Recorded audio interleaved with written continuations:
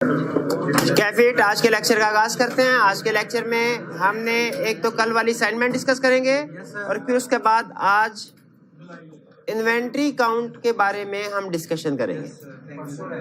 ठीक है, जो परसों रह गया था। ठीक है, बस यही छोटी छोटी चीज रेफरेंस नोट कर लीजिए। कल छुट्टी है। हाँ, आपको अनाउंस कर नहीं दिया कॉलेज की तरफ से? आपकी कल क्लास है?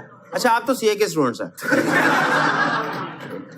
चलें आगे चलते हैं।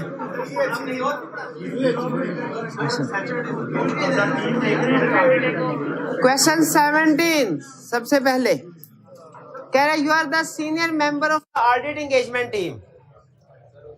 आप सीनियर हैं ऑडिट एंगेजमेंट टीम के। Auditing the financial statements of a manufacturing company. एक मैन्युफैक्चरिंग कंपनी का ऑडिट कर रहे हैं आप। Hardstones limited. List down the primary substantive procedures. इससे हमें पता चल गया सब्सटेंटिव प्रोसीजर वाले चैप्टर में से उसने क्वेश्चन पूछा, which you would carry out in the verification of trade debts. Which you would carry out in the verification of trade. तो उसका मतलब सब्सटेंटिव प्रोसीजर में कौन सा एरिया पूछा है? ट्रेड डेट्स यानी रिसीवेबल्स का। कोई स्पेसिफिक असर्शन पूछी है कि नहीं पूछी? तो इसका मतलब है सारे प्रोसीजर परफॉर्म कर सकते हैं। एक मिनट, जिससे पूछूंगा वो बताएगा। ये मेरे भाई जो कुछ देख रहे हैं, किताब नहीं देख रही, ये मुझे कंफर्म है। इतने गौर से कोई स्टूडेंट किताब नहीं देख सकता। बताइए।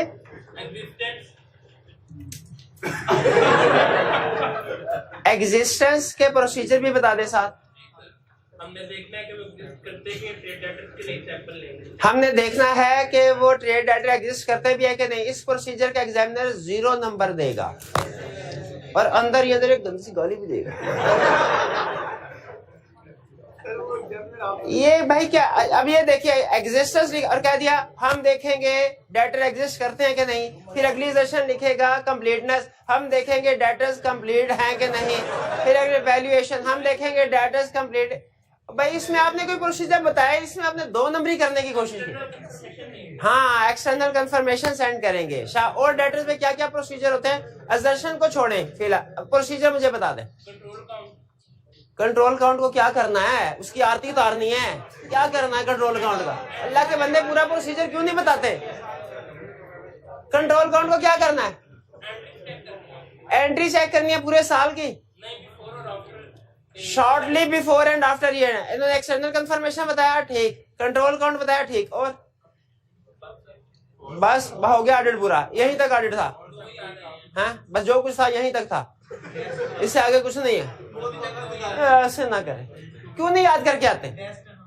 ये मेरा भाई बताएगा। हाँ जी भाई बताइए। 2 प्रोसीजर ट्रेड डेट्स के बता रहे हैं, इन्वेंट्री में ना चले जाएगा भाई, मेहरबानी आपकी। ट्रेड डेट्स का क्वेश्चन है। उन्होंने एक बताया एक्सटर्नल कंफर्मेशन, ठीक माना हमने। दूसरा बताया उन्होंने control count shortly before after entry, ठीक बताया। और एग्री विद रिकॉर्ड्स। रिकॉर्ड बोले तो क्या? डेटर्स में बताया कौन सा रिकॉर्ड? कौन सा?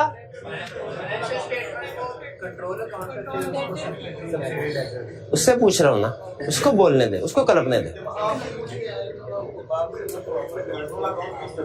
शाबाश। बैलेंस शीट में जो डेटर्स की अमाउंट आ रही है उसको कंट्रोल अकाउंट और सब्सिडरी लेजर के साथ। और अच्छा, वैल्यूएशन के प्रोसीजर मुझे बता दें, क्योंकि डेटर्स में सबसे अहम असर्शन जो होती है वो है वैल्यूएशन की। वैल्यूएशन के प्रोसीजर बताएं मेरा भाई। इंक्वायर अबाउट डिस्प्यूटेड रिसीवेबल्स, ठीक है। और हिस्टोरिकल एक्यूरेसी चेक करें। शाबाश। एजिंग रिपोर्ट, शाबाश। एक आखिरी प्रोसीजर अगर वो मुझे बता दें तो मुझे बड़ी खुशी हो। एंड वाले भाई आप बताइए आखिरी प्रोसीजर। इम्पेयरमेंट।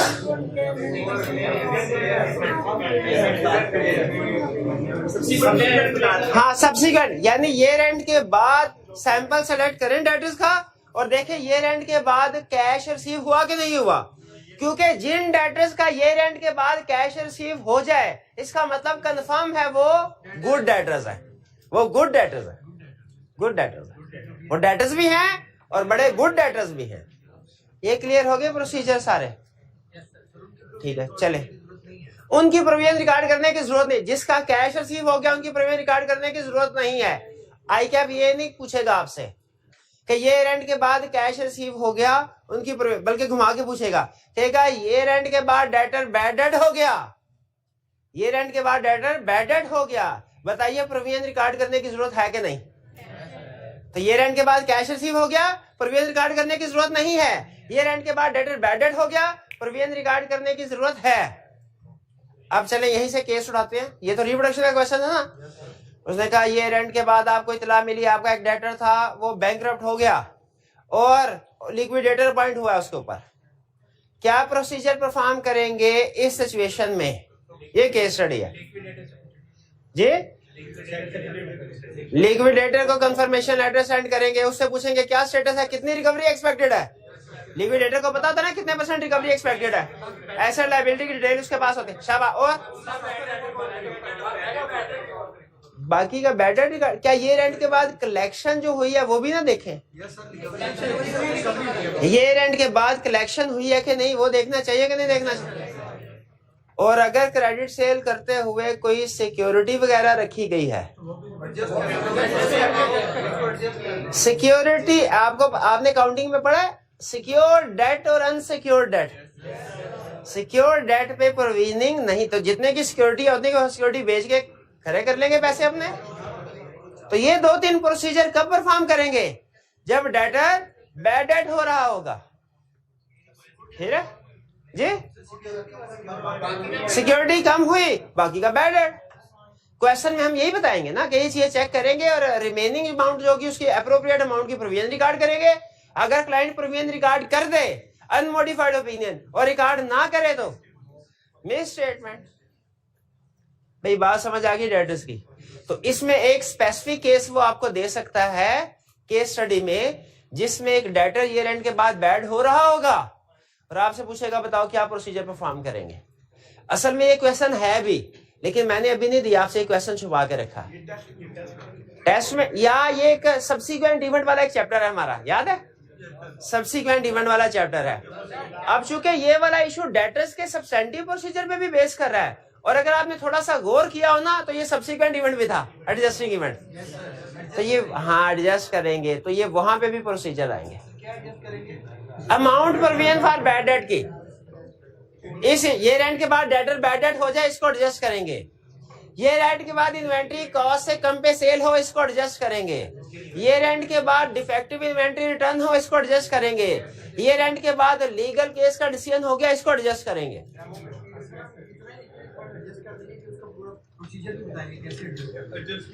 नहीं, अच्छा ये देखें, इनका क्वेश्चन ये है कि सर क्या हम सिर्फ क्वेश्चन में ये सोल्यूशन में लिख देंगे कि हम इस अमाउंट को क्लाइंट को रिकमेंड करेंगे कि एडजस्ट कर दें, कि उसको पूरा प्रोसीजर बताए? देखिए प्रोसीजर आपने इस चीज के बताने हैं कि जिस अमाउंट की एडजस्टमेंट होनी है ना वो अमाउंट कैसे आप कैलकुलेट कर रहे हैं इसके, यानी वो अमाउंट क्या होगी, वो अमाउंट हम डिटरमिन करेंगे इस चीज को देख के ईयर एंड के बाद कितना कैश कलेक्ट हो गया। वो अमाउंट डिटरमिन करेंगे इस चीज को देख के कि लिक्विडेटर हमें कितने पैसे कह रहा है कि हमें मिल जाएंगे। वो अमाउंट हम कैलकुलेट करेंगे इस चीज को देख के हमारे पास कितनी सिक्योरिटी पड़ी है, सिक्योरिटी है कि नहीं है। इन चीजों को देख आगे जो रूटीन का प्रोसीजर होता है ना वो क्वेश्चन में नॉर्मली लिखने की जरूरत नहीं होती। रूटीन का प्रोसीजर क्या होता है? कुछ रूटीन के भी प्रोसीजर होते हैं। क्या auditor shall request management to correct financial statements, if management does not correct financial statement auditor shall request those of governance. ठीक है, ये जो प्रोसीजर ये रूटीन के है। नॉर्मली क्वेश्चन में चूंकि मार्क्स कम होते हैं और जो एरियाज उसने स्पेसिफिकली मेंशन किए होते हैं उनके ऊपर फोकस कर रहे होते हैं, इसलिए रूटीन के प्रोसीजर लिखने की जरूरत नहीं। लिखना चाहे लिख भी सकते हैं ये वाले, लेकिन ये तो आप खुद सोचे हर केस में फिट हो जाएंगे, हर केस में फिट हो जाए, इसलिए इसे नॉर्मली हम सॉल्यूशन का पार्ट नहीं बनाते जब तक कि मार्क्स ज्यादा ना हो। ठीक है जी, और कोई क्वेश्चन? ये क्लियर हो गया? अगले क्वेश्चन के लिए तैयार है? आपकी स्क्रीन पे अगला क्वेश्चन ये रहा। While reviewing the list of trade and other payables at BSE Limited, you have noticed that one of the trade creditor is not in the list. क्या हम क्रेडिटर्स के प्रोसीजर परफॉर्म करते हुए creditors की इस साल की लिस्ट को पिछले साल की लिस्ट के साथ कंपेयर करते हैं? किस लिए कंपेयर करते हैं? ताकि पता चल जाए कितने क्रेडिटर्स हैं जो पिछले साल की निस्बत इस साल हैं ही नहीं या है लेकिन अमाउंट कम है। क्योंकि अगर है ही नहीं या अमाउंट कम है इसका मतलब है वो कंप्लीटली रिकॉर्ड। चले, ये तो आपने बता दिया लिस्ट को कंपेयर करते हैं। क्या जो अकाउंट स्टेटमेंट सेंड करते हैं क्रेडिटर्स को उसका जवाब भी लिस्ट के साथ कंपेयर करते हैं? बिल्कुल करते हैं, उससे भी ये कंप्लीटनेस कंफर्म होती है। अब गए दो प्रोसीजर है, एक है लिस्ट को कंपेयर करना और दूसरा है अकाउंट स्टेटमेंट को लिस्ट के साथ कंपेयर करना। एक है इस साल की लिस्ट को पिछले साल की लिस्ट के साथ कंपेयर करना और दूसरा प्रोसीजर क्या है, इस साल की लिस्ट को इसी साल की अकाउंट स्टेटमेंट के साथ कंपेयर करना जो जवाब दिया है। दोनों से पता चल जाता है कोई ट्रांजैक्शन अगर मिसिंग हो, कोई बैलेंस मिसिंग हो, कंफर्म हो। तो ठीक है, ये प्रोसीजर परफॉर्म करते हैं, बिल्कुल सही किया। लेकिन हमें पता क्या चला कि एक डेटर है ही नहीं, इसका मतलब है क्रेडिटर है, क्रेडिटर कंप्लीटनेस का risk. State any two audit procedures to be performed in relation to the completeness assertion for trade payable. अच्छा, आपने नोट किया, मुझे ये बताइए, ये प्रोसीजर जरा देख के बताइए आप कि इसमें सिर्फ कंप्लीटनेस, हर असर्शन को उसने लहदा बताया कि कुछ असर्शन को इकट्ठा किया, कुछ को लहदा। बाज औकात आईकैप ऐसा करेगा, प्रैक्टिकली याद रखे, प्रैक्टिकली हर असर्शन लहदा होती है, लेकिन आईकैप आपका टॉपिक इतना कम्प्लेक्स नहीं करना चाहता था, इसलिए उसने जो ज्यादा अहम वाली असर्शन है उनको तो लहदा डिस्कस किया है, बाकियों को मर्ज कर दिया। तो जब उसने बाकियों को मर्ज कर दिया, मुझे सोच के बताइए हमारा काम आसान हुआ कि मुश्किल हुआ? आसान हुआ, क्योंकि अब हमें क्लासिफिकेशन के साथ याद करने की जरूरत नहीं है। ठीक है, तो इस जहन में रखिएगा कि जिस असर्शन को उसने लहदा वो उसी को लहदा से टेस्ट करेगा। जिस असर्शन को उसने मर्ज कर दिया ना, उनको वो इकट्ठा ही टेस्ट करेगा, लहदा नहीं करेगा। जैसे एक क्रेडिटर्स में कोई ऐसी असर्शन है जो उसने मिक्स मर्ज कर दी हो, कोई है सारी में, हाँ, अब वो उनको जब पूछेगा इकट्ठा पूछेगा। डेटर्स में भी इसी तरह उसने वैल्यूएशन वाली असर्शन तो लाजमी लहदा की होगी, लेकिन बाकी की असर्शन में भी उसने मर्ज कर दी हो, में भी लहदा की हो। एग्जिस्टेंस और राइट्स एंड ऑब्लिगेशन इकट्ठा कर दी, तो आपसे वो ये नहीं कहेगा कि राइट्स एंड ऑब्लिगेशन की असर्शन मुझे बताओ। जो उसने मर्ज किया असर्शन वो मर्ज वाली ही पूछेगा, और जो लहदा किया वो लहदा करके पूछेगा। तो ये कंप्लीटनेस क्रेडिटर्स की उसने लहदा करके पूछी है, बताई थी। अब लहदा पूछा है कंप्लीटनेस की असर्शन, और ये भाई मुझे बताएंगे जो एंड में बैठे हुए हैं। आप जी मेरे भाई बताइए एंड में। हाँ जी, कंप्लीटनेस की असर्शन के प्रोसीजर्स।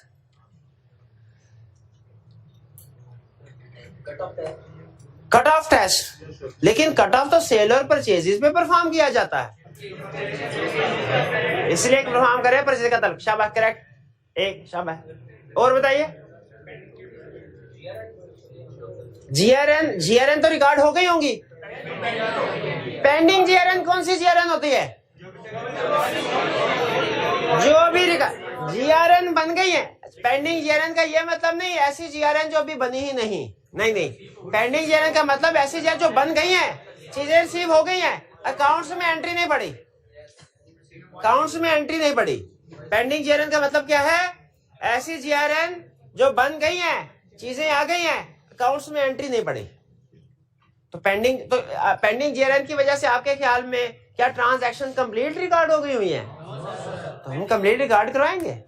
असल में क्रेडिटर्स भी अंडरस्टेटेड है, दूसरी तरफ परचेसेस भी अंडरस्टेटेड होगी पेंडिंग जीआरएन की वजह से।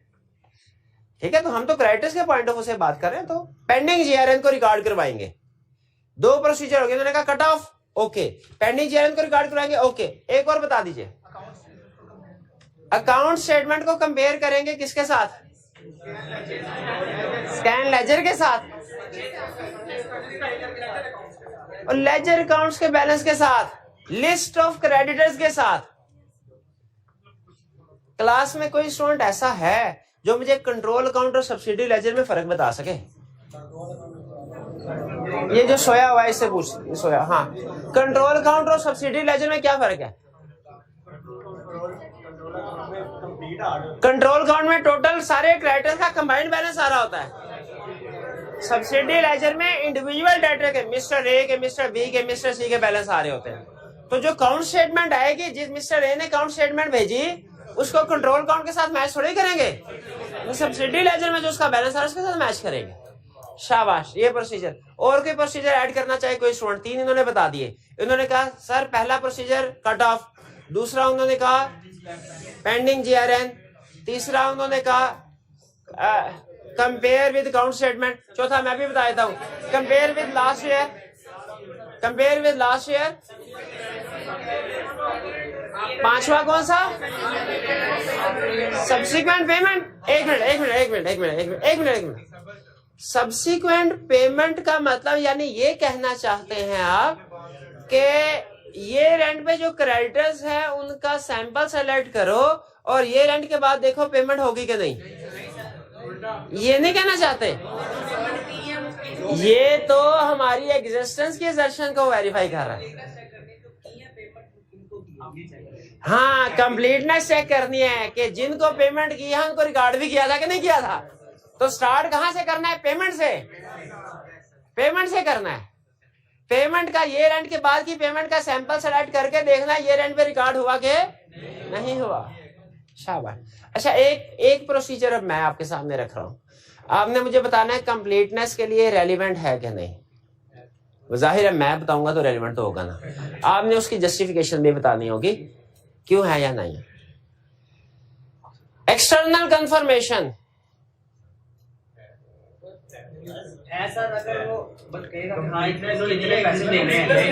कंप्लीटनेस का क्वेश्चन कंप्लीटनेस के लिए कह रहा हूं।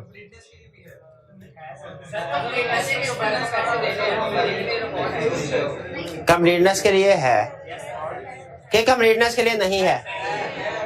एक्सटर्नल कंफर्मेशन, कितने स्टूडेंट्स का ख्याल है कंप्लीटनेस के लिए रेलिवेंट प्रोसीजर है? कितने स्टूडेंट्स का ख्याल है कंप्लीटनेस के लिए रेलिवेंट प्रोसीजर नहीं है? बाकी स्टूडेंट्स कौन है? जिंदा लाशें। जिंदा लाश बैठी एंड में, कपड़े भी सफेद पहन के आया।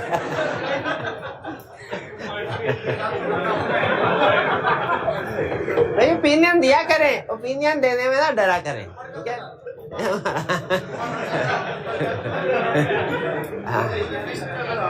ओपिनियन है, गलती हो जाएगी ना।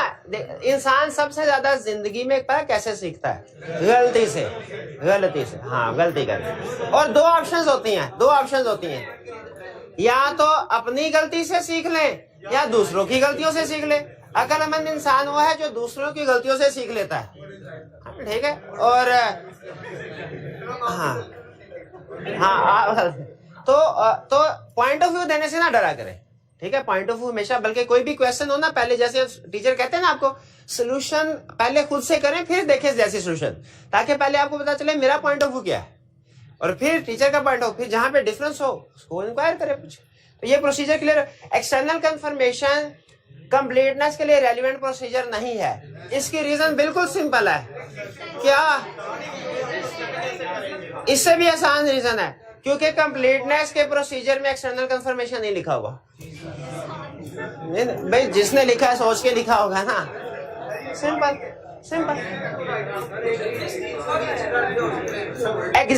एक्सटर्नल कंफर्मेशन एग्जिस्टेंस के लिए रेलिवेंट प्रोसीजर है, राइट्स एंड ऑब्लिगेशन के लिए रेलिवेंट प्रोसीजर है, कंप्लीटनेस के लिए। अच्छा, अब उसकी टेक्निकल रीजन सुनने हैं जो मेरा नहीं ख्याल आपको समझ आएगी। जो हमने कंप्लीटनेस को होता है, हमने उधर से रिकॉर्ड चेक करने होते हैं, फिर हमने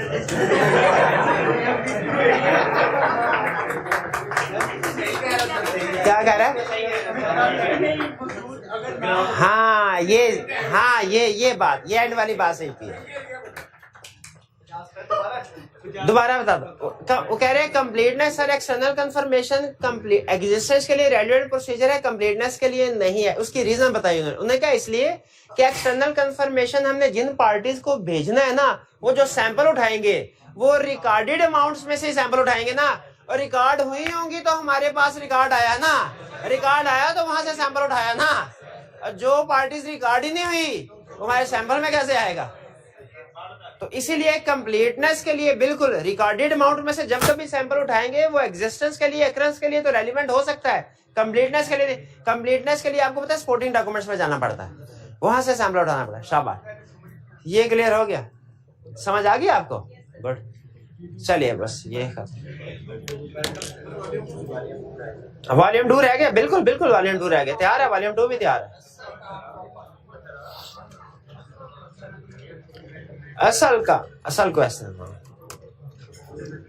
अच्छा, ये कुछ क्वेश्चन आपको पता है आईकैप की बुक में नहीं होते, तो वो भी आपने करने होते हैं। ये रिसेंट पास्ट पेपर में से क्वेश्चन है, आईकैप की बुक में मौजूद नहीं है। स्टार्ट करें जी। अच्छा, केस स्टडी ना, आपने लॉ में केस स्टडी पढ़ी होगी। लॉ में, लॉ की ऑलरेडी नहीं बात कर, लॉ की बात कर रहा हूं कि वो कोई ना कोई लॉ की प्रोविजन बता देता है और कहता है इसमें से एरर्स मुझे बताओ क्या है? आपने उसमें से गलतियां ढूंढनी होती हैं। तो गलतियां दो तरह की होती हैं नॉर्मल, एरर और ओमिशन। ये तरह के क्वेश्चन आपने लॉ में किए हैं कि आपके सामने कोई ना कोई इंफॉर्मेशन दे देता है, कहता है इसमें से एरर्स आइडेंटिफाई करो। भाई लॉ में इस तरह के क्वेश्चन किए हैं ना। किस तरह के क्वेश्चन? कोई ना कोई स्टेटमेंट देके कहता है इसमें से एरर्स आइडेंटिफाई करो। इस तरह के क्वेश्चन ऑडिट में भी केस स्टडी सेट करता है। इस तरह की केस स्टडीज ऑडिट में भी टेस्ट कर। जैसे आपको याद होगा, हमें वो रिपोर्ट का फॉर्मेट दे दिया करता था। अब क्या था, वो 6 क्वेश्चन जिसमें थे, एक क्वेश्चन 2 दफा टेस्ट किया था आपका, ठीक है, वो जिसमें उसने डिफरेंट स्टेटमेंट्स दी थी और क्या कह रहा था, इसमें से एरर्स आइडेंटिफाई करो। तो आप ये जहन में रखिएगा कि बाजुकात वो कोई ना कोई इस तरह की स्टेटमेंट दे दिया करता है हमें क्वेश्चन, कहता है इसमें से एरर्स आइडेंटिफाई करो। तो आपने अपने ऑडिट के कंसेप्ट को यूज करते हुए उसमें से एरर्स आइडेंटिफाई करने हैं। अब देखते हैं रिक्वायरमेंट में। Correct comment on above audit procedure performed by your audit team in the context of testing the understatement of payable. क्या कहना चाह रहा है कि पेएबल को वेरीफाई कर रहा है और पेएबल में किस असर्शन को? कंप्लीटनेस। अंडरस्टेटमेंट का मतलब यही है कि कहीं पेएबल्स कम रिकॉर्ड तो नहीं किए। इसका मतलब कौन सी असर्शन को वेरीफाई किया जा रहा है? कंप्लीटनेस की असर्शन को। कह रहा है आल्सो कमेंट करना है। कमेंट करने का मतलब क्या है? हमने हर प्रोसीजर को बताना है कि ये सही है कि गलत है। कमेंट करने का मतलब यही होता है ना, यहाँ चीज सही होती है या गलत होती है, यही कमेंट करता है। तो हमने बताना है कि ये सही है कि गलत है। Also suggest further procedures if any that are required to be performed with respect to the understatement of trade payables। और मुझे बताओ अगर मजीद कोई प्रोसीजर है जो इसने परफॉर्म, यानी इस पे भी कमेंट करो सही है कि गलत, सही है कि गलत, सही है कि गलत, सही है कि गलत। और अगर कुछ प्रोसीजर्स उसने नहीं लिखे हुए, वो फर्दर है, वो भी बताओ। यानी इसमें से एरर्स भी बताने हैं कौन से हैं, और जो अगर ओमिशंस हैं वो भी बतानी है। तो हमने कंप्लीटनेस में कितने प्रोसीजर पढ़े हैं? कंप्लीटनेस कर 5 के 6? 5 पढ़े। तो इसका मतलब है एक तो कंफर्म है, एक तो कंफर्म है जो उसने नहीं किया। अगर चारों के चारों ठीक भी हो फिर भी एक कम है, तो हमने वो बताना है। शुरू करें जी क्वेश्चन। कह रहा है on the audit of Qalandar limited your team has performed the following audit procedure for collecting the audit evidence with respect to understatement of payable against raw material। Creditor जाहिर रॉ मटेरियल परचेज की होता है। कहता है ये procedure perform किया किस area पे? क्रेडिटर्स की अंडरस्टेटमेंट पे। किस एरिया पे? अंडरस्टेटमेंट पे। 1. Verified the amounts recorded in supplier's ledger through underlying supporting documents। जो सप्लायर लेजर में, यानी जो सब्सिडरी लेजर है, उसमें जो बैलेंस आ रहे थे उनको सपोर्टिंग डॉक्यूमेंट्स के साथ चेक किया। नहीं, ये क्रेडिटर में काम करते तो हैं, सैंपल सेलेक्ट करके सपोर्टिंग डॉक्यूमेंट्स के साथ मैच नहीं करते। ये एग्जिस्टेंस के लिए तो है, कंप्लीटनेस के लिए नहीं है। आपको प्रोसीजर पता चल रहा है ना कि रिकॉर्डेड अमाउंट में से सब्सिडी लेजर में रिकॉर्डेड अमाउंट्स होती है ना, कंट्रोल अकाउंट में या सब्सिडी लेजर में वो अमाउंट्स आ रही हैं जो रिकॉर्ड हुई हुई हैं। तो जो पहले ही रिकॉर्ड हुई हुई हैं उनमें थोड़ी अंडरस्टैंडिंग नजर आएगी। अच्छा, तो ये प्रोसीजर सही है कि गलत है? क्यों गलत है? क्योंकि रिकॉर्डेड अमाउंट्स का चेक करने से एग्जिस्टेंस अकरेंस की असर्शन वेरीफाई होती है, कंप्लीटनेस की नहीं। ये प्रोसीजर गलत हो गया जी। दूसरे पे कमेंट करते हैं, सेंड डायरेक्ट कंफर्मेशन, ये तो हमने कभी पढ़ा ही नहीं, तो वो तो एक्सटर्नल कंफर्मेशन पढ़ा है। डायरेक्ट कंफर्मेशन कहे, एक्सटर्नल कंफर्मेशन कहे, रिटर्न कंफर्मेशन कहे, एक ही बात है। सर्कुलराइजेशन कहे, एक ही बात है। Send direct confirmation to selected suppliers from the list of suppliers appearing in payable subsidy ledger. Confirmation letter send किया, ये भी कंप्लीटनेस के लिए नहीं है, ये भी रेलिवेंट प्रोसीजर नहीं, क्योंकि एग्जिस्टेंस के लिए रेलिवेंट है। ठीक है, वैल्यूएशन एलोकेशन के लिए भी हो सकता है थोड़ा सा हो रेलिवेंट, कंप्लीटनेस के लिए नहीं है। क्यों कंप्लीटनेस के लिए नहीं है? क्योंकि सैंपल रिकॉर्डेड अमाउंट जो ऑलरेडी रिकॉर्ड हो चुकी है, जो ऑलरेडी अपीयर उसमें से उठाया है, वो तो ऑलरेडी रिकॉर्ड हो चुकी है। Third, reviewed the list of subsequent material disbursements. Material का मतलब मेजर, डिसबर्समेंट का मतलब क्या है?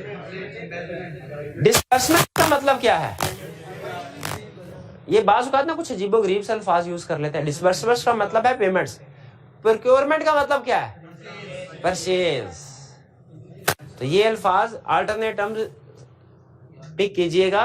डिसबर्समेंट पेमेंट कह रहा है सब्सिक्वेंटली जो पेमेंट किया उसकी लिस्ट को review to suppliers from bank ledgers. Bank account में से जो बड़ी बड़ी पेमेंट्स थी उनकी लिस्ट को चेक किया।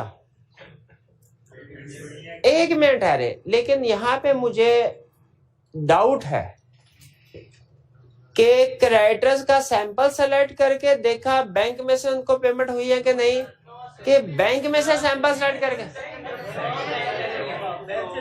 कैसे पता चल रहा है बैंक में से सैंपल? From bank laser. ठीक है, बैंक लेजर, ये क्लियर हो गया आपको?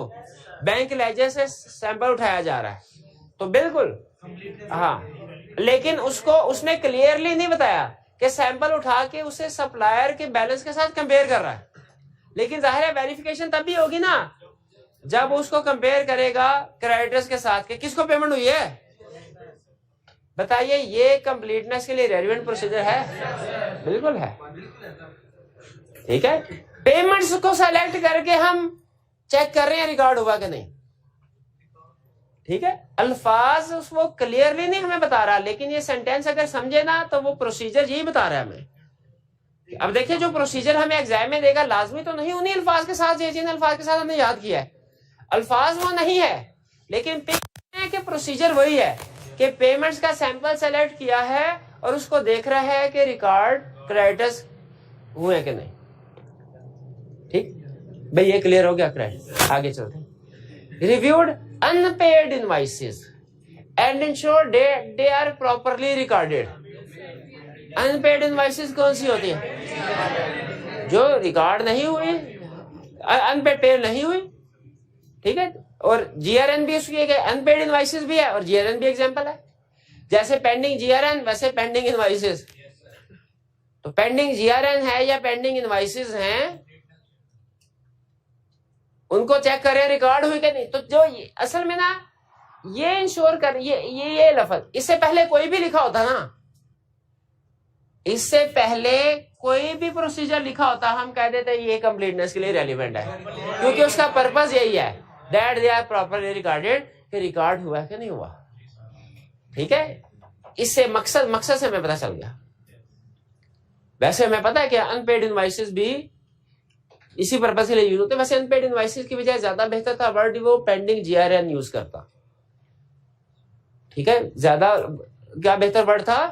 पेंडिंग जीआरएन यूज करता, क्योंकि बाज़ औक़ात ऐसा भी होता है इनवॉइस पे नहीं की होती लेकिन रिकॉर्ड हो जाती है, ये रेंट की वजह रिकॉर्ड हो जाए, तो यहाँ पे ज्यादा बेहतर था पेंडिंग जीआरएन। लेकिन आई कैप को हम तो कुछ नहीं कह सकते ना।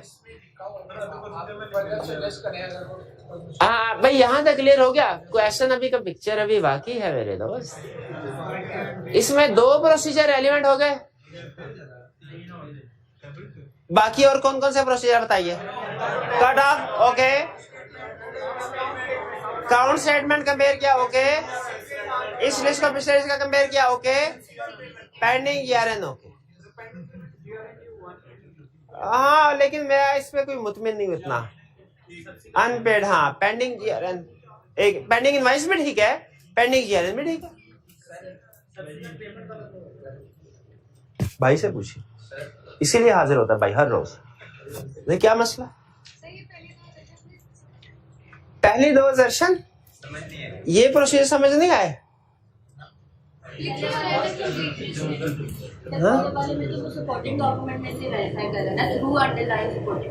हाँ जी, पहले वाले में क्या कह रहा है कि जो रिकॉर्डेड अमाउंट्स है ना, मैंने क्या किया, मैंने रिकॉर्डेड अमाउंट कहाँ पे रिकॉर्ड हुई है? लेजर में। मैंने जो लेजर में रिकॉर्डेड अमाउंट्स हैं, सप्लायर के लेजर में, क्रेडिटर्स के अकाउंट में जो रिकॉर्डेड अमाउंट्स हैं उनको वेरीफाई किया सपोर्टिंग डॉक्यूमेंट्स के साथ, यानी सैंपल उठाया रिकॉर्डेड अमाउंट में से और उसको सपोर्टिंग डॉक्यूमेंट्स जीआरएन के साथ, इनवॉइस के साथ, परचेज ऑर्डर के साथ कंपेयर किया। ये आपको समझ आ रहा है कि उसने सैंपल कहां से उठाया है? रिकॉर्डेड अमाउंट में से, और चेक किसके साथ किया है? सपोर्टिंग डॉक्यूमेंट्स के साथ। ये क्रेडिटर्स के लिए रेलिवेंट प्रोसीजर है, गौर से सुनिए, क्रेडिटर्स के लिए रेलिवेंट प्रोसीजर है, लेकिन ये कंप्लीटनेस के लिए, कंप्लीटनेस की असर्शन से रिलेट नहीं करता। कंप्लीटनेस की असर्शन के लिए तो हमें सपोर्टिंग डॉक्यूमेंट से रिकॉर्डेड अमाउंट की तरफ जाना होता ना। और चैप्टर 3 का कंसेप्ट याद है? शाबाश, चैप्टर 3 का कंसेप्ट है कि हमें रिकॉर्डेड अमाउंट से अगर सपोर्टिंग डॉक्यूमेंट्स की तरफ चले, कौन सी असर्शन है? एग्जिस्टेंस और रेकरेंस। और अगर सपोर्टिंग डॉक्यूमेंट से सैंपल उठा के देखे रिकॉर्ड हुआ कि नहीं हुआ, तो यहाँ पे रिकॉर्डेड से सपोर्टिंग की तरफ जा रहे हैं कि सपोर्टिंग से रिकॉर्डिंग की तरफ जा रहे हैं? ठीक है, क्लियर हो गया जी? चलो सब मैंने उन्हें मेरे से ज्यादा ऑडिट आता है, समझ शाबाश समझ जी।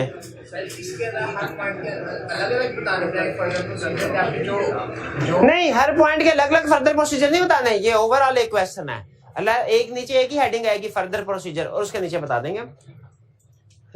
आगे चले जी।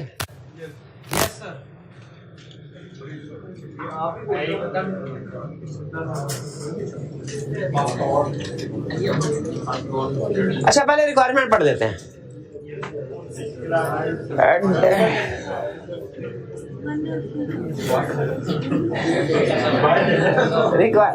डिस्क्राइब सब्सटेंटिव प्रोसीजर, इससे पता चल गया हमें substantive procedure chapter. You would perform to obtain sufficient and appropriate audit evidence in relation to above matter। कौन से मैटर? सेल्स है कि परचेसेस है कि डेटर्स है, कौन से मैटर्स? ऊपर, अच्छा ऊपर पढ़ना पड़ेगा, फिर वापस आए ऊपर। चलिए, H company manufacture and distributes fashion clothing to retail stores. Its year end was 31st March 2015. You are the audit manager and the year end audit is due to commence shortly. Following matters have been brought to your attention.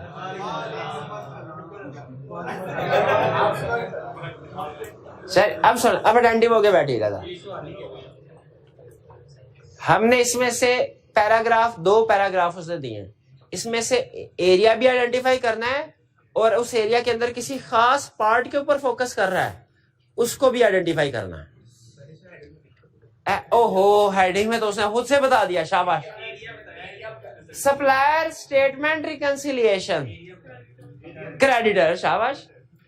कह रहे H receives monthly statements from its main suppliers।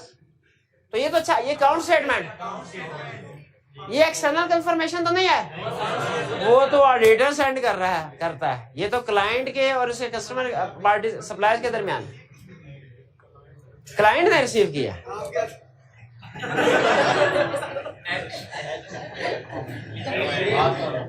And although these have been retained, हालांकि copy करवा के मिलती है, copy रख लिया जाता है, None have been reconciled to the payable ledger as at 31st March 2015. किसी को इतनी तौफीक नहीं हुई कि उसको खोल कर रिकंसाइल भी कर ले। ओके, जवाब आ गया, बस इतना काफी है, जवाब आ गया। हालांकि जो जवाब आया उसको मैच करना चाहिए, अमाउंट्स भी मैच होती है कि नहीं होती। अब सुनिएगा, अब आपको ना इंटरनल कंट्रोल का चैप्टर तैयार करवा रहा हूं। कंट्रोल होता है, कोई भी कंट्रोल होता है ना, उसके डिफरेंट स्टेप्स होते हैं। किसी एक स्टेप में भी प्रॉब्लम आ जाए, हम कहते हैं कंट्रोल वीक है। जैसे सुनिए, अकाउंट स्टेटमेंट सेंड ही नहीं की जा रही, good control weak control. Send की जा रही है, जवाब आता है, उसको रिकंसाइल नहीं किया जाता। रिकंसाइल किया जाता है, लेकिन जो डिफरेंस होता है किसी से पूछा नहीं जाता। पूछा जाता है, लेकिन जो एडजस्टमेंट सामने आती है उनको रिकॉर्ड नहीं किया जाता। ठीक है, तो ये वीक कंट्रोल। अच्छा, ये इंटरनल कंट्रोल भी वीक है, मिसस्टेटमेंट भी है, क्योंकि एडजस्टमेंट रिकॉर्ड नहीं किया। हाँ जी, बिल्कुल ठीक है। तो कुछ इंटरनल कंट्रोल वीकनेसेस, सिर्फ इंटरनल कंट्रोल वीकनेसेस होती हैं, कुछ इंटरनल कंट्रोल वीकनेसेस की वजह से मिस स्टेटमेंट भी हो जाती है। अब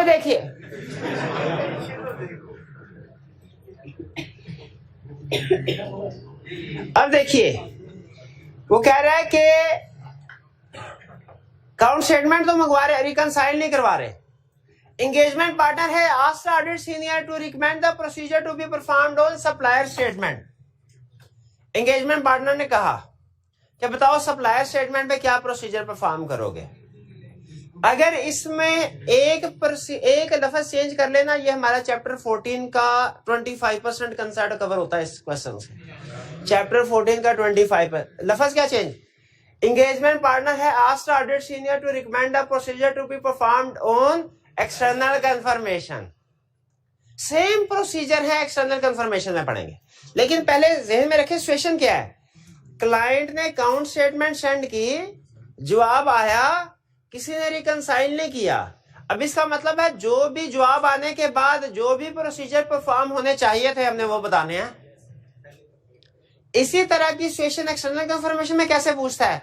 आपने एक्सटर्नल कंफर्मेशन लेटर सेंड किया और जवाब आ गया, अब क्या करेंगे,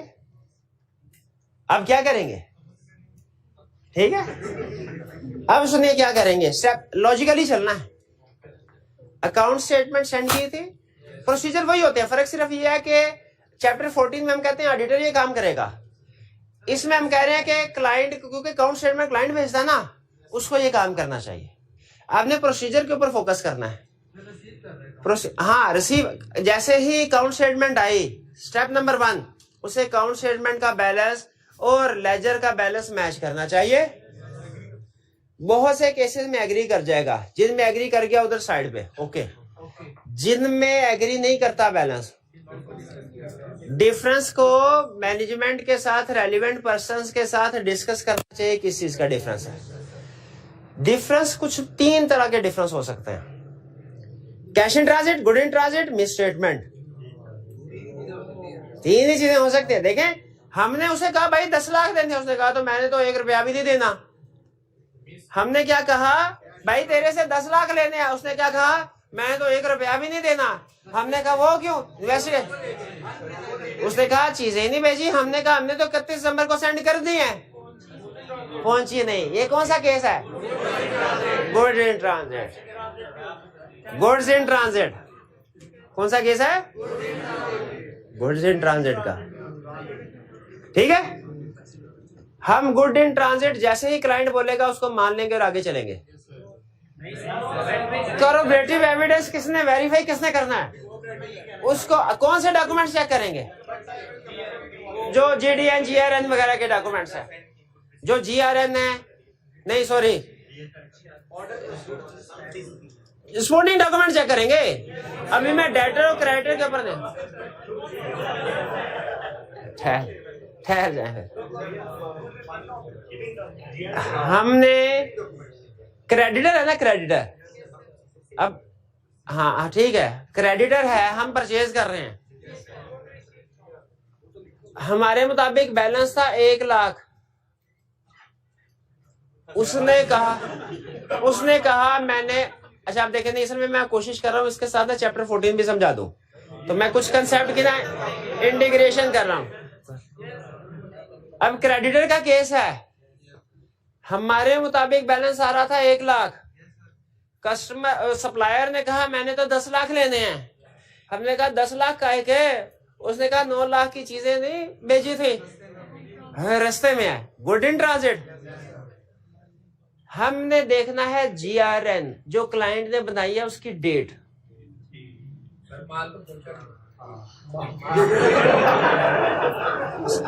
एक मिनट, 31 दिसंबर तक माल नहीं पहुंचा, लेकिन 2 तारीख, 3 तारीख, 4 तारीख, 10 तारीख तक तो पहुंच गया होगा, ठीक है ना।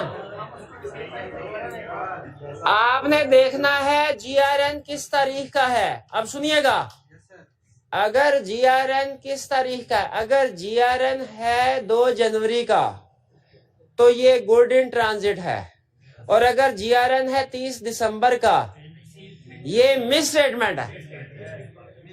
नहीं समझ आई ना बात, ये कैसे हो सकता है? हाँ 30 दिसंबर को आ गया, अगर GRN 30 तारीख का मतलब है 30 दिसंबर को आ गया है, उसने रिकॉर्ड नहीं किया, ये पेंडिंग GRN थी, ठीक है।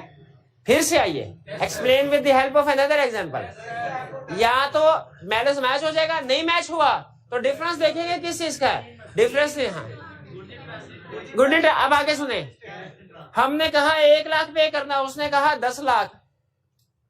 हमने कहा क्यों भाई, 9 लाख का चेक भेज तो दिया है, उसने कहा मुझे तो नहीं मिला, 31 दिसंबर में नहीं मिला, बाद में मिल गया होगा, तो 9 लाख। ये कौन सा केस है? हमने देखना है कैश किस तारीख को चेक सेंड किया गया। अगर सेंड किया गया 30 दिसंबर को फिर मिस स्टेटमेंट नहीं है, फिर मिस स्टेटमेंट नहीं है, क्योंकि इसने पेमेंट रिगार्ड कर दी, पार्टी सप्लायर ने नहीं की। और अगर डेट है 2 जनवरी सेंड करने की, फिर मिस स्टेटमेंट नहीं, फिर मिस स्टेटमेंट है, फिर मिस स्टेटमेंट है, ठीक है, क्योंकि उसने 2 तारीख की ट्रांजैक्शन को पहले रिकॉर्ड कर लिया। भाई ये बात समझ आई? बाउंस को छोटे, बाद में देखेंगे, बाद में देखेंगे। अभी वहाँ वो BRS को ले आए दरमियान में, उसमें बाउंस होते होते जाए। और अगर ना कैश इन ट्रांजिट है ना गुड इन ट्रांजिट है, यस भाई सप्लायर वाला पॉइंट क्लियर हो गया। इसी को अगर मैं डेटर्स के साथ आपसे पूछ लूं, बता देंगे कि डेटर्स का बैलेंस मैच नहीं हुआ, क्या प्रोसीजर परफॉर्म करेंगे? डिफरेंस देखेंगे क्या, रिकंसिलिएशन में लाके, बट ठीक है आगे चलते हैं। Receivables. As receivable ledger has increased considerably during the year, and the year-end balance is 2.3 million compared to 1.4 million last year. वो रिस्क असेसमेंट जो भी हमने चैप्टर पढ़ना है, चैप्टर 11, उसमें आई कैप जो टॉप 10 एडजस्टमेंट्स पूछता है, उसमें से ये एडजस्टमेंट है। एक इंफॉर्मेशन है कि पिछले साल की निस्बत इस साल डेटर्स बहुत ज्यादा हो गए, बहुत ज्यादा हो गए। क्या रिस्क है?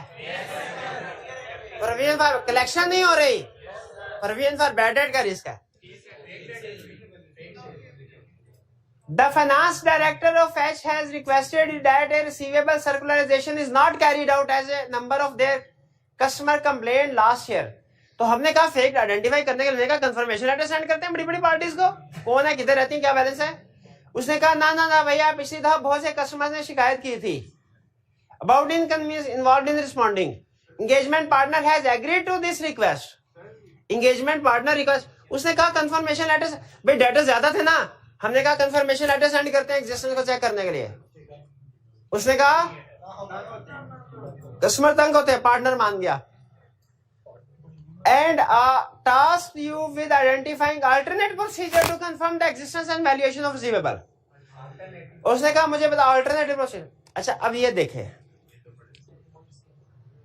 ये दोनों क्वेश्चन चैप्टर 14 के कंसल्ट पे बेस कर रहा है। मतलब ये कंसेप्ट है जो 10 का भी है और 14 का भी है। जब हम कंफर्मेशन लेटर सेंड करते हैं ना तो दो ऑप्शन होती हैं। पहली ऑप्शन जवाब आएगा ही नहीं, और दूसरी ऑप्शन जवाब आया और डिसएग्रीमेंट था। कंफर्मेशन लेटर सेंड करेंगे, दो पॉसिबिलिटीज बड़ी क्या है। पहली बात जवाब आया ही नहीं, आया लेकिन डिसएग्रीमेंट है। कंफर्मेशन लेटर सेंड किया, दो पॉसिबिलिटीज, पहला जवाब आया ही नहीं, दूसरा आया लेकिन जो ऊपर वाला क्वेश्चन था ना वो था जवाब आया और डिसएग्रीमेंट है। ये वाला क्वेश्चन क्या है, आया ही नहीं, हालांकि उसने भेजा ही नहीं, लेकिन दोनों सूरतों में सेम ही है। अल्टरनेटिव प्रोसीजर, कंफर्मेशन से एविडेंस नहीं मिला, अल्टरनेटिव प्रोसीजर, कंफर्मेशन से एविडेंस नहीं मिला, अल्टरनेटिव प्रोसीजर क्या होगा, सपोर्टिंग डॉक्यूमेंट चेक कर लो। कौन सी supporting document, sale invoices check कर लो, पता चल जाएगा जेन्युइन है कि नहीं, जी कर लो। ये रेंट के बाद जो कलेक्शन हुई है कस्टमर से वो चेक कर लो। ये रेंट के बाद अगर कैश रिसीव हो जाता है, किस बात का एविडेंस है, ये रेंट रिसीवेबल था। हाँ, प्रोविजन को अगर चेक करना है तो एजिंग भी चेक कर लो। प्रोविजन उसने क्या कहा है, हाँ एग्जिस्टेंस और वैल्यूएशन दोनों का है। तो एग्जिस्टेंस के लिए तो हमने देख लिया ना, जीडीएन कर लिया, इनवॉइसेस वगैरह, और ये रेंट के बाद जो कलेक्शन है वो भी देख लीजिए। डेटर्स का सैंपल सिलेक्ट किया और देखा ये रेंट के बाद कैश रिसीव हुआ कि नहीं हुआ। वैल्यूएशन ऑफ रिसीवेबल के लिए क्या प्रोसीजर है, भाईजान जो कल छुट्टी पे थे अभी भी कहीं पहुंचे हुए हैं प्यारे भाई। हाँ जी, आप बताइए मुझे क्या प्रोसीजर परफॉर्म करेंगे इस सिचुएशन में। उसकी जाने बुला क्या प्रोसीजर परफॉर्म करेंगे इस सिचुएशन में। वैल्यूएशन ऑफ डेटर्स में क्या प्रोसीजर परफॉर्म करेंगे, जी आप बताइए। एजिंग रिपोर्ट शाबाश, और सब्सिक्वेंट क्लियरेंस शाबाश। सब्सिक्वेंट क्लियरेंस हम ऊपर कर चले, ठीक है। डिस्प्यूटेड रिसीवेबल को इंक्वायर करेंगे, शाबाश। हिस्टोरिकल एक्यूरेसी,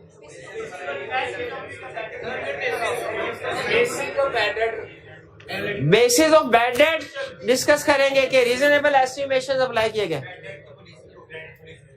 ठीक है ठीक है ठीक है, बस ये खत्म।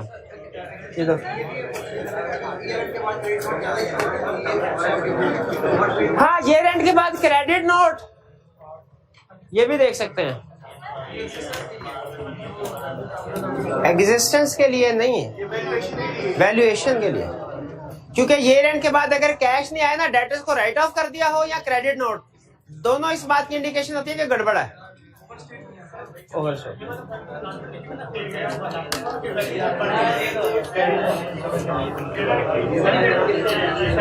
जी जी, one by one.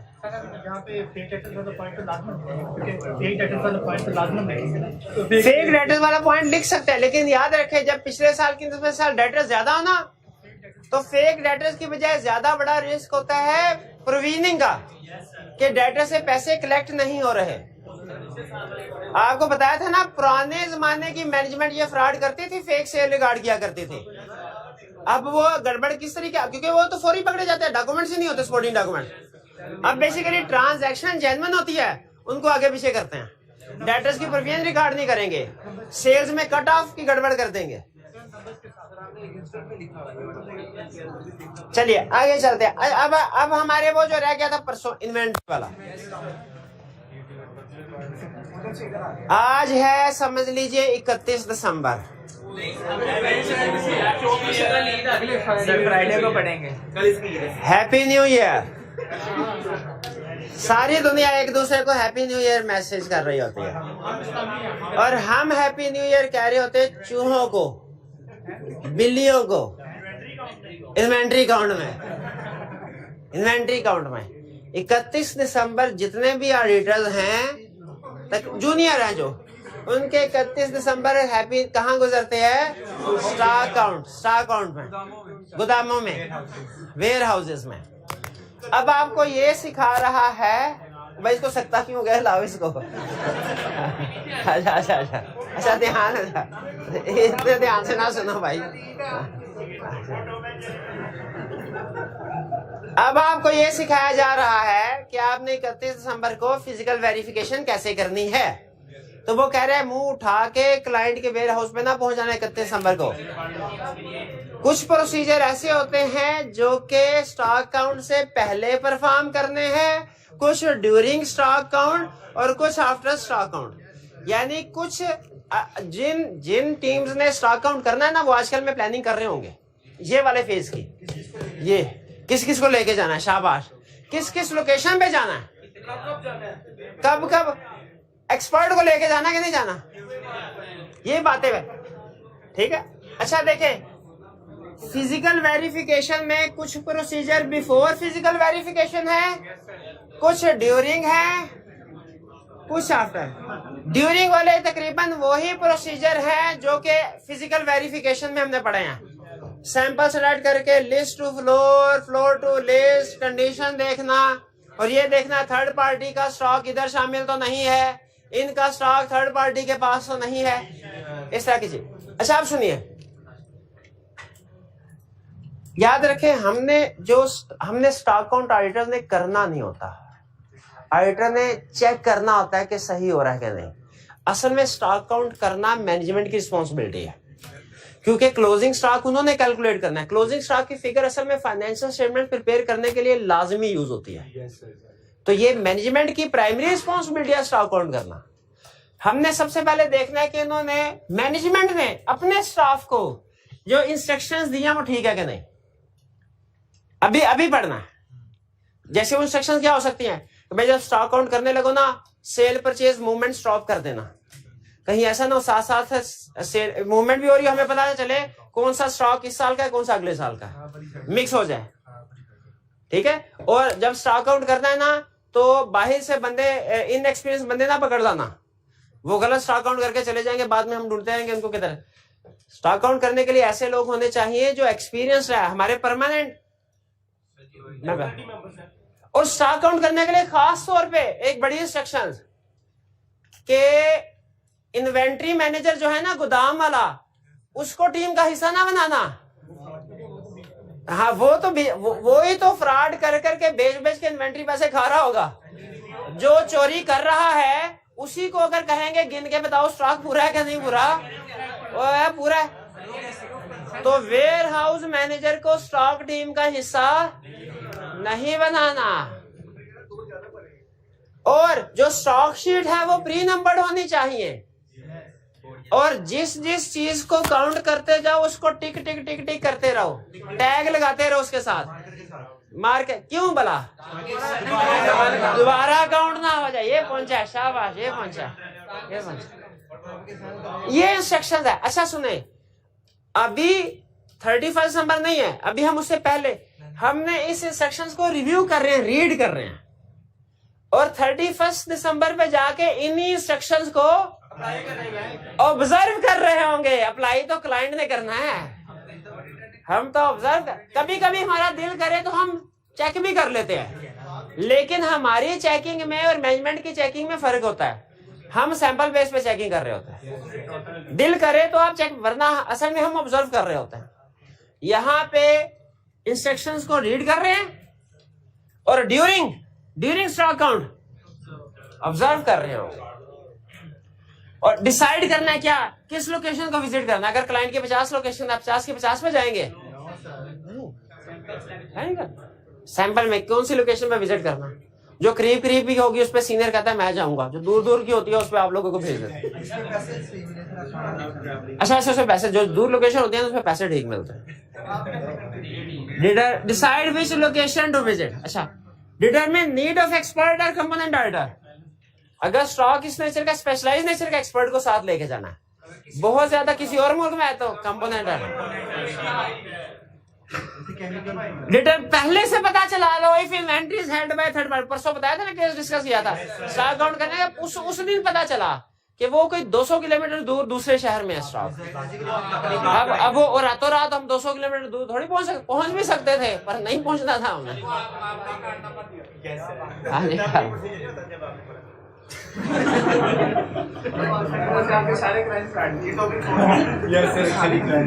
If inventory is held by third party, ये समझ आ रहा है? इफ इन्वेंट्री, अच्छा सीधा। ये तो हो गया प्रोसीजर जो, अच्छा पहले हमने प्लानिंग कर लिया, अब हमने ड्यूरिंग काउंट देखना है, और इसमें ज्यादातर काम होता है ऑब्जर्व वाला। ऑब्जर्व कर लिया क्या कि जो इंस्ट्रक्शन स्टाफ को दी गई थी वो ठीक कर, क्या इंस्ट्रक्शन दी गई थी बताओ, ये जिनको अच्छी तरह समझ आया बताए। मूवमेंट है गुड्स की, इन्वेंट्री की, इसको रोकना है। वेयर हाउस मैनेजर को टीम का हिस्सा नहीं बनाना, अच्छे बच्चे लेके जाने हैं गिनने के लिए, जो कॉम्पिटेंट हो, परमानेंट स्टाफ मेंबर। मार्क करते जाना, जिस इन्वेंट्री को काउंट करते रहे। वो तो हम चेक करेंगे। ड्यूरी, अच्छा वैसे तो ऑब्जर्व करते रहे तो अच्छा है, लेकिन अगर दिल करे तो खुद से इंस्पेक्ट भी कर सकते हैं। ऑब्जर्व में और इंस्पेक्शन में फर्क है क्या नहीं? ऑब्जर्व में इंस्पेक्शन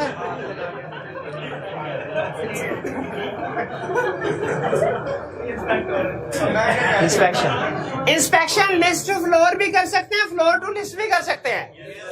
ये कौन सी असर्शन है? और ये ऊपर वाली एग्जिस्टेंस, नीचे वाली कंप्लीटनेस। चेक कंडीशन, अच्छा अब ये देखिए, ये आप एग्री करते हैं, ये वाले प्रोसीजर सारे ड्यूरिंग स्टॉक काउंट 31 दिसंबर की रात 11 बजे आप ये परफॉर्म कर रहे होंगे। ये वो प्रोसीजर 11:30 कर ले भाई, 11:30 कर ले। ये वाले वो प्रोसीजर है, इसके साथ लिख ले 31 दिसंबर 2021 को रात पौने ठीक 12 बजे कर ले, 12 बजे रात के, बस ठीक है। चेक कंडीशन किसकी? इन्वेंट्री की। ऑब्सोलीट तो नहीं होगी, फिजिकली डैमेज तो नहीं है। Exclude inventory of third party, client को कहो थर्ड पार्टी की इन्वेंट्री बाहर फेंक दे, लिस्ट में नहीं। हाँ ठीक है, उसके क्लाइंट कहिए ना थर्ड पार्टी की इन्वेंट्री भी गिनवा देगा, ये भी हमारा स्टॉक है सर, इसको ऐड करें। इधर से एसेट बढ़ जाए, उधर से कॉस्ट ऑफ सेल्स कम हो जाए। जो इन्वेंट्री चूहे खा जाए उसकी प्रोविजन रिकॉर्ड करें। अच्छा केस स्टडी में उसने क्वेश्चन पूछ लिया, उसने कहा वेयर हाउस मैनेजर, उसने कहा स्टॉक काउंट हो रही थी तो वेयर हाउस मैनेजर जो कि सुपरवाइज कर रहा था स्टॉक काउंट को, उसने कहा सर ये इन्वेंट्री इसको काउंट में ना ऐड कीजिएगा, क्यों? इसका एडवांस हमें मिल चुका है और ये हमने हफ्ते बाद बेच देनी, डिस्पैच कर देनी है। बताइए वीकनेस है कि नहीं है? क्या वीकनेस है भाई? एडवांस मिला है, अभी रिस्क एंड रिवार्ड तो ट्रांसफर, एडवांस मिलने पे भी कोई सेल होती है वाला, तो इस इन्वेंट्री को शामिल होना चाहिए कि नहीं होना चाहिए? होना चाहिए। क्लियर हो गया? ये आगे चले, वह खागे मार फिर। सुपरविजन वो कर रहा था, शाबाश शाबाश, सुपरविजन वो कर रहा था। आपने ये तो पिक ही नहीं किया पॉइंट, सुपरविजन कौन कर? चल गया था पता, तो बताया क्यों नहीं? सोल्यूशन देख के तो पता चल ही जाता है क्या गलती की है, रिजल्ट आए तो पता चल ही जाता है क्या गलती की है। ये तो जब सोल्यूशन कर रहे हो तब आइडेंटिफाई करना होता है। Warehouse manager perform cut off, ये 31 दिसंबर कट ऑफ में करते क्या है? 31 दिसंबर की जो आखिरी सेल या परचेज की ट्रांजैक्शन है उसको हम नोट कर लेते हैं। आखिरी सेल हुई है नंबर 7832 और क्लाइंट को कहते हैं भाई 33 वाली इस साल में ना डालना सेल, और 31 वाली इस साल में होनी चाहिए। ये जो कट ऑफ परफॉर्म करेंगे ना, नोट करेंगे document number, last document number note करेंगे, ये ईयर एंड पे करेंगे। लेकिन क्लाइंट ने जो सेल्स रिकॉर्ड की है इस कट ऑफ के मुताबिक की है कि नहीं, ये कब करेंगे? ये बाद में करेंगे, बाद में करेंगे। स्टूडेंट कहने लगा सर इधर भी कट ऑफ आ रहा है, इधर भी कट ऑफ आ रहा है, क्या ये खुला तजाद नहीं है? नहीं, इधर कट ऑफ हम परफॉर्म कर रहे हैं, इधर देख रहे हैं उसके मुताबिक सही अकाउंट्स बने हैं कि नहीं बने, एप्लीकेशन देख रहे हैं।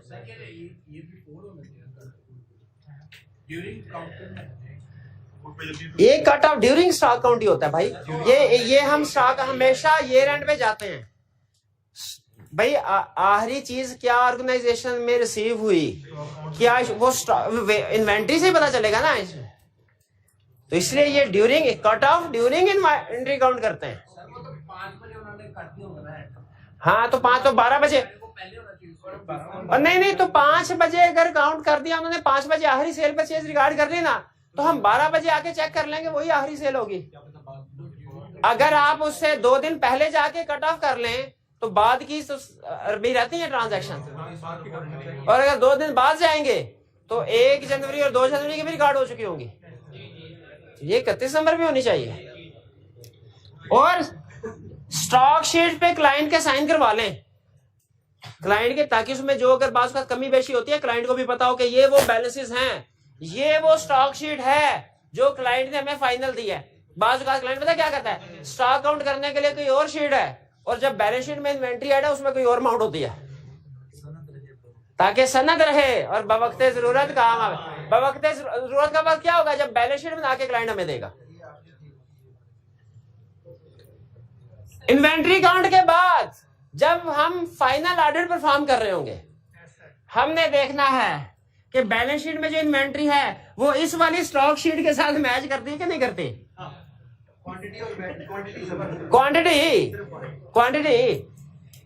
क्वांटिटी मैच करेगी ना, स्टॉक शीट पे क्वांटिटी होती है, वैल्यू तो FIFO या वेटेड एवरेज से कैलकुलेशन होगी। क्या होती है, क्या होती है स्टॉक शीट पे, क्या होती है स्टॉक शीट पे, क्या होती है। अच्छा वैसे आपको मजे की बात बताऊं, स्टॉक शीट पे क्वांटिटी नहीं होनी चाहिए। क्या करूं मैं, मर जाऊं? नहीं, किसी के काम आ जाएं, उसको केस स्टडी समझाएं, मरने से पहले उसको सारी अपनी किताबें उसके नाम लगा दें, अपने सारे पैसे जायदाद का वारिस उसको बना दें। खुदकुशी करना हराम है, मरना नहीं भाई। 2 ऑप्शन दे रहा हूं, इनमें से एक ठीक है, एक में फ्रॉड होगा, एक में नहीं होगा। अभी देखते हैं आपके अंदर ऑडिटर की रूह बेदार हुई है कि नहीं। पहली ऑप्शन, मैंने भाई को कहा साथ वाले रूम में जाके देख के आओ कि उसमें कितनी चेयर्स पड़ी हैं। दूसरी ऑप्शन, मैंने कहा साथ वाले रूम में देख के आओ 100 चेयर्स पड़ी हैं कि नहीं पड़ी। पहली वाली में फ्रॉड नहीं होगा, दूसरी वाली ये तो जाके घूम फिर के चाय शाय पी के आके कहेगा सर 100 पूरी है, और जब मैं इसे कहूंगा जाके साथ में देखो कितनी चेयर्स पड़ी हैं, गिनना पड़ेगा, गिनना पड़ेगा, गिनना पड़ेगा, कल्पेगा, ये कल्पेगा, लेकिन कल्पने से एविडेंस सही मिल जाएगा, मोर एप्रोप्रिएट एविडेंस मिलेगा।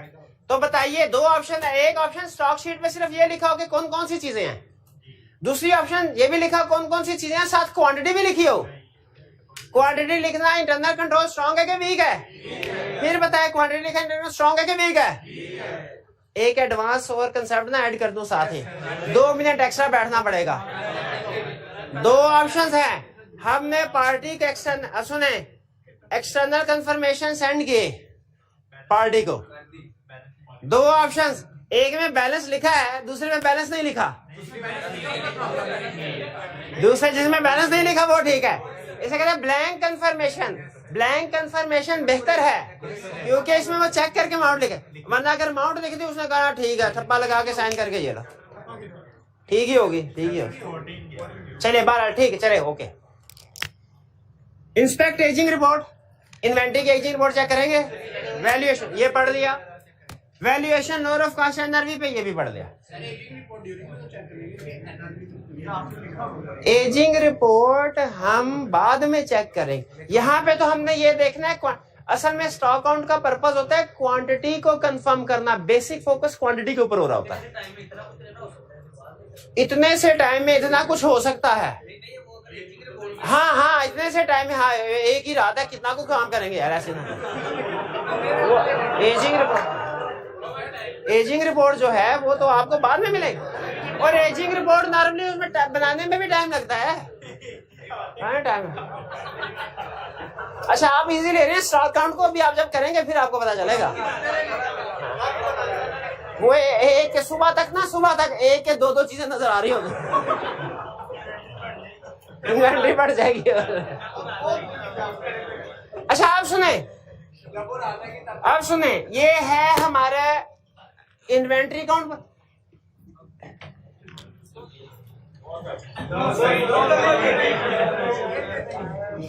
कहें मुझे पूछे सर ये जो इंस्ट्रक्शन हमने रिव्यू करनी है ये कौन सी इंस्ट्रक्शन है? सर ये इंस्ट्रक्शन जो हमने ऑब्जर्व करनी है कौन सी इंस्ट्रक्शन है?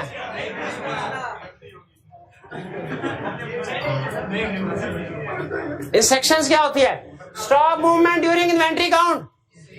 समझ आई? सेलर बजाय रोक दो, दुकान बंद कर दो। कस्टमर को आपने बात का देखा होगा कि आखिरी साल में वो सेल परचेज रोक देते हैं, दुकान 2 दिन के लिए कोई ट्रांजैक्शन नहीं होगी। बैंक, हाँ शाबाश, बैंकिंग में ऐसे होता है, पर्पस यही होता है।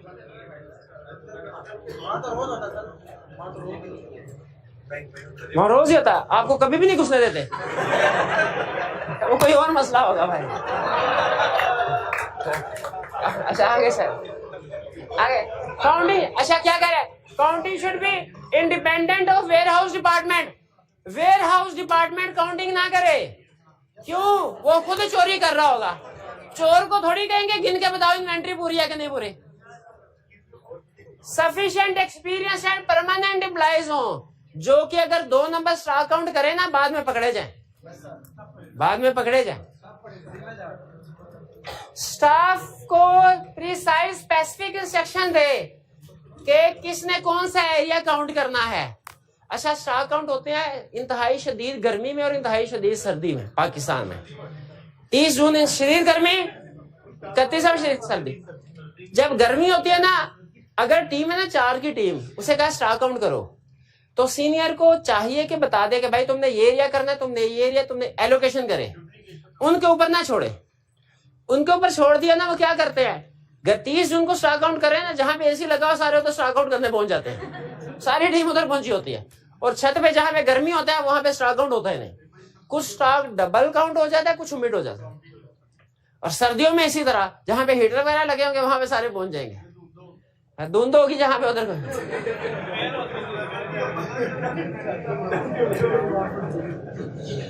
Inventory counting sheet should be pre numbered. Pre number होनी चाहिए ना, ताकि अगर कोई शीट गुम हो जाए स्टॉक काउंट के दौरान में पता चल जाए। और उस पे गुड्स की डिस्क्रिप्शन होनी चाहिए, लेकिन क्वांटिटी नहीं होनी चाहिए। एग्री करते हैं? क्वांटिटी नहीं होनी चाहिए। सिर्फ ये बताऊं कि कुर्सियां चेक करके आओ, क्या बताऊं 100 कुर्सियां चेक करके आओ। क्वांटिटी मेंशन वो काउंट करने वाला खुद लिखे अपने हाथ से, बिल्कुल। और हर मेंबर स्टॉक शीट को साइन करे, ताकि पता जिसने जो काउंट किया, ताकि बाद में जिसने जो 2 नंबरी की होगी ना, जिसने टिक्कू ऑडिट किए होंगे, टिक्कू ऑडिट किए होंगे ज़बानी, वो पकड़ा जाए। पेंसिल से फिल नहीं करना कि बाज़ का ऐसा पेंसिल से फिल किया, बाद में पता चला कम में पूरा करने के लिए रेज कर दिया। नहीं, marker. Inventory should be marked और टैग्ड व्हेन काउंट। जब इन्वेंट्री काउंट कर लो तो टिक मारो उसके ऊपर। क्यों भला? पता चल जाए कि टिक इन्वेंट्री काउंट हुई है, दोबारा काउंट ना हो जाए। डैमेज इन्वेंट्री लादा आइडेंटिफाई करनी है। क्यों? जो थर्ड पार्टी की इन्वेंट्री है वो भी लादा करनी है, क्लोजिंग स्टॉक में ऐड हो जाए। शाबाश। अच्छा आप सुन लें, बहुत अहम, बहुत है। आज में थोड़ा सा ट्विस्ट है। क्या आई कैप की बुक में ये सारी चीजें एक ही जगह पे है, लेकिन हमारी बुक में कुछ चैप्टर 10 में, कुछ चैप्टर 12 में है। तो ये नोट कर लें, याद नहीं ना, नोट घर जाके पढ़ते आपको पता ही नहीं चलता। हाँ चैप्टर 12 में पार्ट है, यानी उसका लर्निंग ऑब्जेक्टिव का आखिरी हिस्सा है। आखिरी हिस्सा है, पर जल्दी निकाले। चैप्टर 12 156 पेज 156 पे, 156 पेज 156 पे इंस्ट्रक्शंस। अच्छा आपको मजे की बात बताऊं, चैप्टर 12 में सबसे अहम कंसेप्ट यही था। चैप्टर 12 में सबसे अहम कंसेप्ट यही था, लेकिन और भी कंसेप्ट अहम है। है ना मजे की बात। चलिए आज का लेक्चर, चलिए कोई चीज रह तो नहीं गई। असाइनमेंट भी नोट कर ली। अच्छा असाइनमेंट लाजमी करनी है। असाइनमेंट आज का लेक्चर यहाँ पे खत्म करते हैं हम। अल्लाह हाफिज।